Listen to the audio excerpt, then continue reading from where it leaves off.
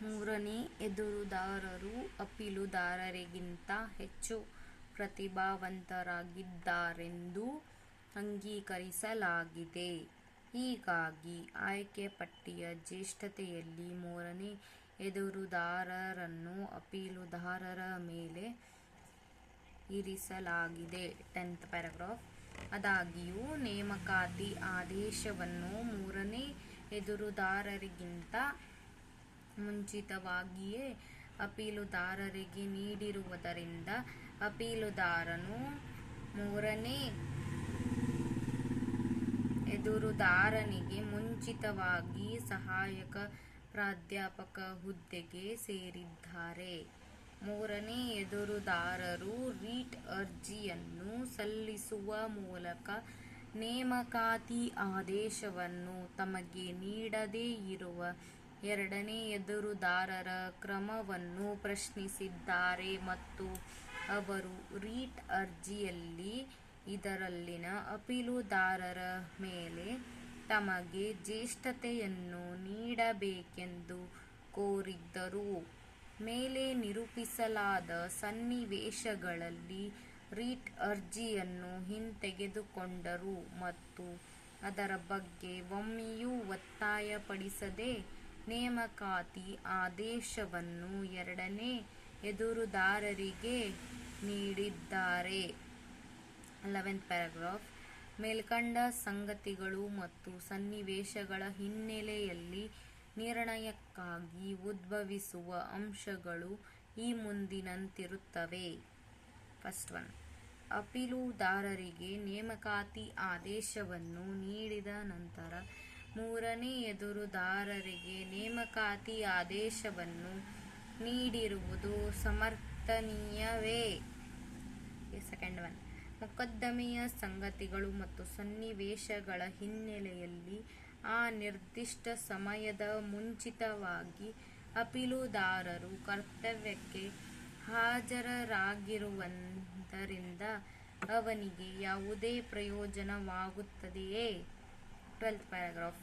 ಮೊದಲಿಗೆ 31ನೇ ಜುಲೈ 2006ರಂದು ವಿಲೇ ಮಾಡಲಾದ WS ಸಂಖ್ಯೆ 245/2006ರಲ್ಲಿ ಈ ನ್ಯಾಯಾಲಯದ ಸಮನ್ವಯ ಪೀಠದ ತೀರ್ಪಿನ ಮೇಲೆ ಅವಲಂಬಿತರಾಗಿದ್ದೇವೆ. ಎರಡನೇ ಎದುರುದಾರ ಕಿಮ್ಸ್ನ ಸಂಬಂಧಪಟ್ಟ ನಿಯಮಗಳ ವಿನಿಮಯಗಳು ಮತ್ತು ಉಪವಿಧಿಗಳನ್ನು ಪರಿಶೀಲಿಸುವಾಗ ಜ್ಯೇಷ್ಠತೆಯ ವಿವಾದವನ್ನು ನಿರ್ಧರಿಸುವಾಗ ಆಗಾದು ಇದ್ದಂತೆ ತೀರ್ಪಿನ 6ನೇ ಮತ್ತು 7ನೇ ಖಂಡಿಕೆಗಳಲ್ಲಿ ಈ ಮುಂದಿನಂತೆ ಅಭಿಪ್ರಾಯಪಡಲಾಗಿದೆ. ಕರ್ನಾಟಕ ವೈದ್ಯಕೀಯ ವಿಜ್ಞಾನಿಗಳ ಸಂಸ್ಥೆ ಹುಬ್ಬಳ್ಳಿಯ ಉಪವಿಧಿಗಳ 20ನೇ ಉಪವಿಧಿಯನ್ನು ಈ ಮುಂದಿನಂತೆ ಓದಲಾಗಿದೆ. ಜ್ಯೇಷ್ಠತೆ. ಮುಖ್ಯ ಅಧಿಕಾರಿಯು ಪ್ರತಿಯೊಂದು ಪ್ರವರ್ಗಗಳ ಸಂಬಂಧದಲ್ಲಿ ಶ್ರೇಣೀಕರಣ ಪಟ್ಟಿಯನ್ನು ಸಿದ್ಧಪಡಿಸಿ ನಿರ್ವಹಿಸತಕ್ಕದ್ದು ಮತ್ತು ಪ್ರತಿ ವರ್ಷ ಅದನ್ನು ಪ್ರಕಟಿಸತಕ್ಕದ್ದು. ಪ್ರತಿಯೊಂದು ಪ್ರವರ್ಗದಲ್ಲಿ ನೌಕರರ ಜ್ಯೇಷ್ಠತೆಯನ್ನು ಬೋಧನಾ ವೃಂದಗಳ ಸಂಬಂಧದಲ್ಲಿ ಪ್ರಶ್ನಿತ ವಿಷಯವಾರು ವೃಂದದ ನೇಮಕಾತಿಗಾಗಿ ಯಾವ ಅರ್ಹತಾ ಕ್ರಮದ ಮೂಲಕ ಅವರನ್ನು ಆಯ್ಕೆ ಮಾಡಲಾಗಿತ್ತೋ ಆ ಕ್ರಮದಲ್ಲಿಯೇ ನಿರ್ಧರಿಸತಕ್ಕದ್ದು. ಬೋಧಕೇತರ ಸಿಬ್ಬಂದಿ ವರ್ಗದ ಸಂಬಂಧದಲ್ಲಿ ವೃಂದವಾರು ಜ್ಯೇಷ್ಠತಾ ಪಟ್ಟಿಯನ್ನು ಸಿದ್ಧಪಡಿಸಿ ಪ್ರಕಟಿಸತಕ್ಕದ್ದು. ಒಂದೇ ದಿನಾಂಕದಂದು ಇಬ್ಬರು ವ್ಯಕ್ತಿಗಳು ನೇಮಕಾತಿ ಹೊಂದಿದ್ದಲ್ಲಿ ಅವರಿಬ್ಬರ ನಡುವಿನ ಜ್ಯೇಷ್ಠತೆಯನ್ನು ಈ ಮುಂದಿನಂತೆ ನಿರ್ಧರಿಸತಕ್ಕದ್ದು. ನೇರ ನೇಮಕಾತಿಯಿಂದ ನೇಮಕಗೊಂಡ ಅಭ್ಯರ್ಥಿಯು ಅನ್ಯಥಾ ನೇಮಕಗೊಂಡ ಅಭ್ಯರ್ಥಿಗಿಂತ ಜ್ಯೇಷ್ಠತೆಯಲ್ಲಿ ಹಿರಿಯನಾಗಿರತಕ್ಕದ್ದು. ಮುಂಬಡ್ತಿಯ ಮೂಲಕ ನೇಮಕಗೊಂಡ ಅಭ್ಯರ್ಥಿಗಳ ಸಂದರ್ಭದಲ್ಲಿ ಜ್ಯೇಷ್ಠತೆಯನ್ನು ಯಾವ ವೃಂದದಿಂದ ಅವರಿಗೆ ಮುಂಬಡ್ತಿ ನೀಡಲಾಯಿತೋ ಆ ವೃಂದದಲ್ಲಿನ ಅಂತಹ ಸದಸ್ಯರ ಜ್ಯೇಷ್ಠತೆಗೆ ಅನುಸಾರವಾಗಿ ಅವರ ಜ್ಯೇಷ್ಠತೆಯನ್ನು ನಿರ್ಧರಿಸತಕ್ಕದ್ದು.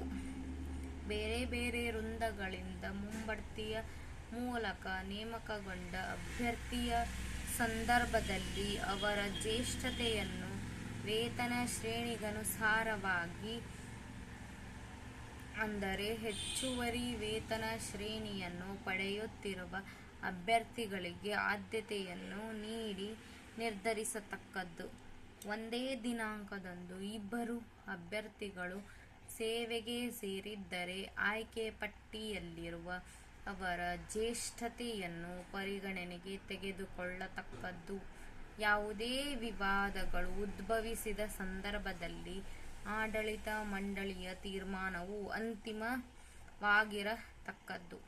ಪ್ರತಿಯೊಂದು ಪ್ರವರ್ಗದಲ್ಲಿನ ನೌಕರರ ಜ್ಯೇಷ್ಠತೆಯನ್ನು ಬೋಧನಾ ವೃಂದಗಳ ಸಂಬಂಧದಲ್ಲಿ ಪ್ರಶ್ನಿತ ವಿಷಯವಾರು ವೃಂದದ ನೇಮಕಾತಿಗಾಗಿ ಯಾವ ಅರ್ಹತಾ ಕ್ರಮದ ಮೂಲಕ ಅವರನ್ನು ನೇಮಕ ಮಾಡಲಾಗಿತ್ತೋ ಆ ಕ್ರಮದಲ್ಲಿಯೇ ನಿರ್ಧರಿಸತಕ್ಕದ್ದು ಎಂದು ಮೇಲೆ ಉಲ್ಲೇಖಿಸಲಾದ ಖಂಡ 2ರಲ್ಲಿ ವಿಶೇಷವಾಗಿ ಹೇಳಲಾಗಿದೆ.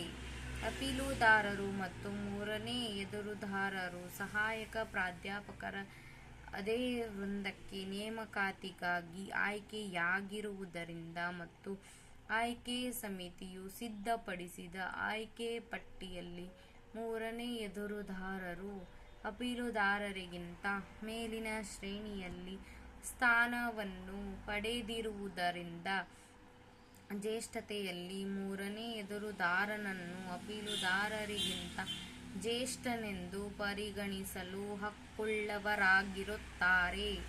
ಮೇಲ್ಕಂಡ ಉಪಬಂಧವು ಸೇವಾ ನ್ಯಾಯಶಾಸ್ತ್ರದ ಸಾಮಾನ್ಯ ನಿಯಮಗಳಿಗನುಸಾರವಾಗಿರುತ್ತದೆ. 20ನೇ ಉಪವಿಧಿಯ ಖಂಡ 3ರ ಮೇರೆಗೆ ಇಬ್ಬರು ವ್ಯಕ್ತಿಗಳು ಒಂದೇ ದಿನಾಂಕದಂದು ನೇಮಕಾತಿ ಹೊಂದಿರುವಲ್ಲಿ, ಒಂದೇ ದಿನಾಂಕದಂದು ಕರ್ತವ್ಯಕ್ಕೆ ಸೇರಿರುವಲ್ಲಿ ಆಯ್ಕೆ ಪಟ್ಟಿಯಲ್ಲಿರುವಂತೆ ಅವರ ಜ್ಯೇಷ್ಠತೆಯನ್ನು ಪರಿಗಣನೆಗೆ ತೆಗೆದುಕೊಳ್ಳಲಾಗುವುದಿಲ್ಲ. ಅಪೀಲುದಾರರು ಮತ್ತು ಮೂರನೇ ಎದುರುದಾರರು ಒಂದೇ ದಿನಾಂಕದಂದು ನೇಮಕಗೊಂಡಿದ್ದರೂ ಬೇರೆ ಬೇರೆ ದಿನಾಂಕಗಳಂದು ಕರ್ತವ್ಯಕ್ಕೆ ಸೇರಿದ್ದರೂ ಈ ಮೊಕದ್ದಮೆಯಲ್ಲಿ ಈ ಖಂಡವು ಅನ್ವಯಿಸುವುದಿಲ್ಲ.